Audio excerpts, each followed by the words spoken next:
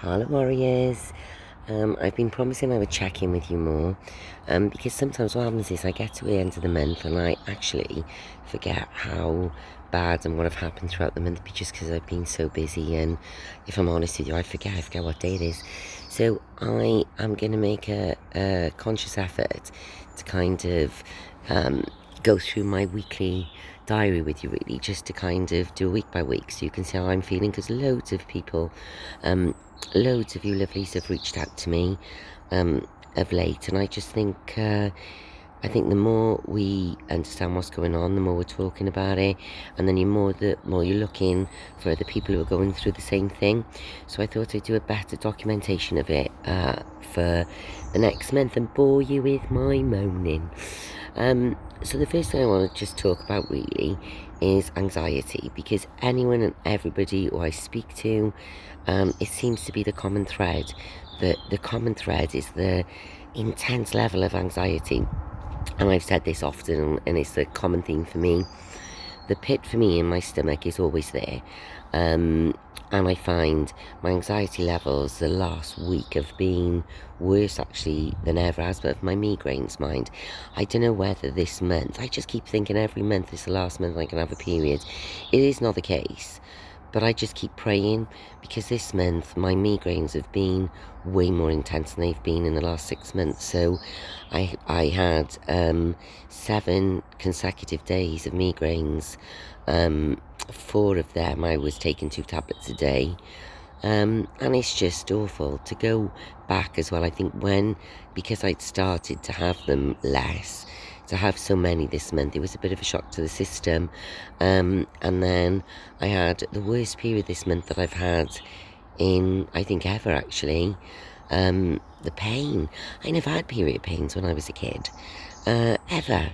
And all of a sudden, on Sunday, I was rolling around in bed with a hot water bottle, and I just couldn't even sleep. My husband said he felt sorry for me because I was whimpering in my sleep. Tablets help a bit, but it's awful, and I just keep thinking, oh, please just go away. So every time that happens, I'm hoping it's the last period, but I'll probably be talking to you next month going, no, back here again. But I don't know whether this month it was all linked, because my migraines were worse, my anxiety has been worse, my period has been the worst that it was. And without going into too much information, even how heavy it was, I never have ever really flooded in the bed in the night, and it was that bad. So I don't know whether it's all interlinked, because this month have just been awful. I've had, actually, yesterday and the day before, I've had 2 days of panic attacks. I've had 2 full panic attacks, actually, upstairs in the house. And as I said to you before, I just try and take things out of my mind. So for me, I started gardening about 7 or 8 years ago. As my kids grew up, I bought a few flat plants on eBay and these little plug things, and thought, all right, if I kill them, I'm not spending loads of money. And then they've grown, and as that have happened, I've bought more plants, and I really quite find it therapeutic. I find it switches my mind off. So yesterday, twice actually, I was making a cup of tea the ones. There's no rep method or madness or any reason why anxiety attacks come on for me. I was making a cup of tea, my office was already open, and I was just up in the kitchen, and it just came from nowhere. I had a full-on panic attack. I couldn't breathe. So I try and do this thing where I count my breathing. But this time of year, because the weather is so nice, I find if I come out into the garden and I start kind of deadheading and just pottering, it kind of calms my mind and my breathing gets slower. So my palpitations have been really particularly bad. So the last kind of week, it has been pretty, really. But the other thing I want to speak to you about is the anxiety and alcohol. Because on Saturday, in my garden, I stuck to the rules. I had a couple of friends over and I had a little drink. Now, I really don't drink a lot. I'm not a drinker in the house. It's not something that me and my husband do. So I haven't drank for a while. Now, the truth of it is, I probably spent about 3 years prior to this not going out. or if I went out, I was so aware that I would have such awful anxiety the next day that I wouldn't drink a lot, or I was always kind of holding back. But what I kind of learned was, it doesn't matter whether I have one drink or whether I have 8. The anxiety the next day is still the same, and I don't know why it is, but the day after any drinking, whether it's 1 glass of wine or whether it's 6 vodkas, the anxiety levels are just intense. It's overwhelming, actually, so much so that sometimes you can't even concentrate. It just overcomes you. But what I'm going to say about that is what I did for 3, 4, maybe even 5 years. I wasn't even going out and doing anything because of the fear of this anxiety. But what I've actually realised is this anxiety is going to be there. So regardless of the fact that whether I kind of let myself have fun and enjoy myself, or monitor and only have 3 drinks, well, my friends are having some fun, the feelings the next day are the same. So I've just realised that if I'm going to do something, I do it. And this is what I wanted to say to you today, actually, that the one thing that I've learned through this process is it has just stopped my life for so long. I can't let it do that anymore.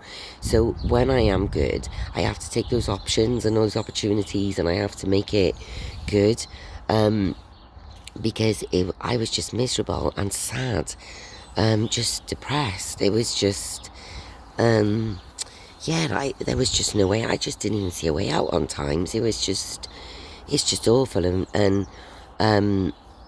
it's just an awful thing that we, as women, have to go through on a daily, hourly, minute basis. It's scary. But what I want to say is, it's just that I've learned that I have to take the good times, and I'm gonna have anxiety. So why not enjoy myself, because the anxiety levels is going to be the same. And the truth of it is, I really did have fun on Saturday night. In fact, if I'm honest, I probably had the most laughs that I've had in a while. I actually saw my daughter, which I haven't seen my daughter properly for a while. It's the little things, and I think it filled my love bank. So even though on Sunday, on top of having my period, my anxiety was just on another level, the payoff was worth it for me. So what I want to say to you is that I really understand the levels and the anxiety you're going through, but just remember, we can't change that. We can just live in the moment of what we're doing, and sometimes we can't do that, and I understand that too.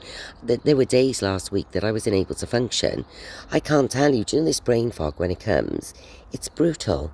It's absolutely brutal. Now, it doesn't happen to me often, but you have this complete sense of not even being able to function or focus.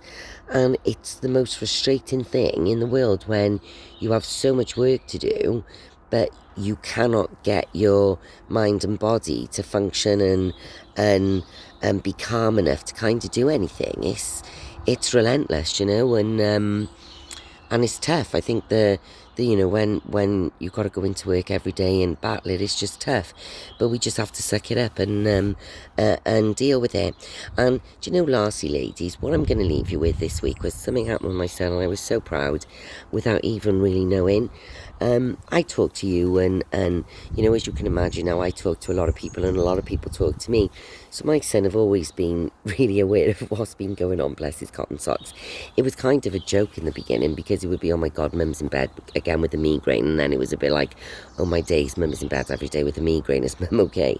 So I've been quite honest and open with him with what is going on, and actually even on Sunday he knew I had a bad stomach, and he gave me a load of sympathy until I said I needed to change my bedding, and that was a bit TMI for him, to be honest. But I was really proud with him. He met up with his dad on Sunday and went out for a bike ride, because the weather has been really lovely in Wales. And he came home and he said to me, his husband's wife, his stepmother, is really suffering at the moment. And, I think his dad was just saying, some of the things she was going through. My son said straight away, I said to him, she needs to go to the doctor. That could be the menopause. This is what happened with mum. And do you know what? Inadvertently, I have made my 26-year-old son be aware of what happens to us women, and I would just like to hope that as he grows up into, a man and has his own family and his own wife, he has understanding with not just them, with other women around him. So I just think the more we talk about this, the more we do, not just for each other, but just to help those around him. And it was like, I've had a real tough week, if I'm honest. There's been some personal things as well, and it's just been a bit tough. And I had a moment where I was just quite proud, actually, that even though he laughs at me a lot, I just think that he takes a lot more in than he lets on. So, on that note, I'm going to check in with you in a week. I'm hoping now, my period is coming to the end. My tummy is a little considerably better today. So I'm hoping now this week my anxiety levels tend to drop. So I tend to go from up here to literally down here. So I'm hoping that over the next week my anxiety levels drop, which means I'm more productive, which means I'm a much more happier person to be around because I'm not so caught up in my own head. So I just want to say, ladies, that I'm thinking of you all, and this journey that we're going through is not the prettiest for a lot of us, actually, and just live in the moment, and we just got to take each day by today, and just look after yourselves.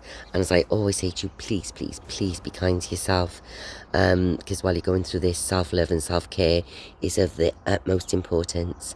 I will check in with you next week. Sending you love and light. Peace out.